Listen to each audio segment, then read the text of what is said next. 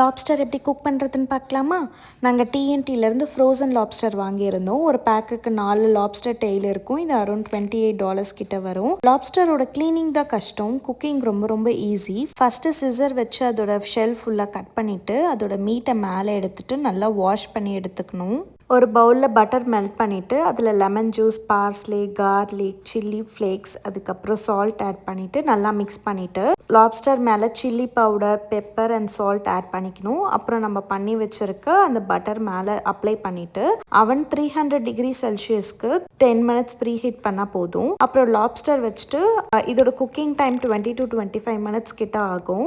நம்ம நடுவில் ஒரு டைம் எடுத்துட்டு அகெயின் அந்த பட்டர் அப்ளை பண்ணிவிட்டு நம்ம உள்ளே வச்சிடலாம்.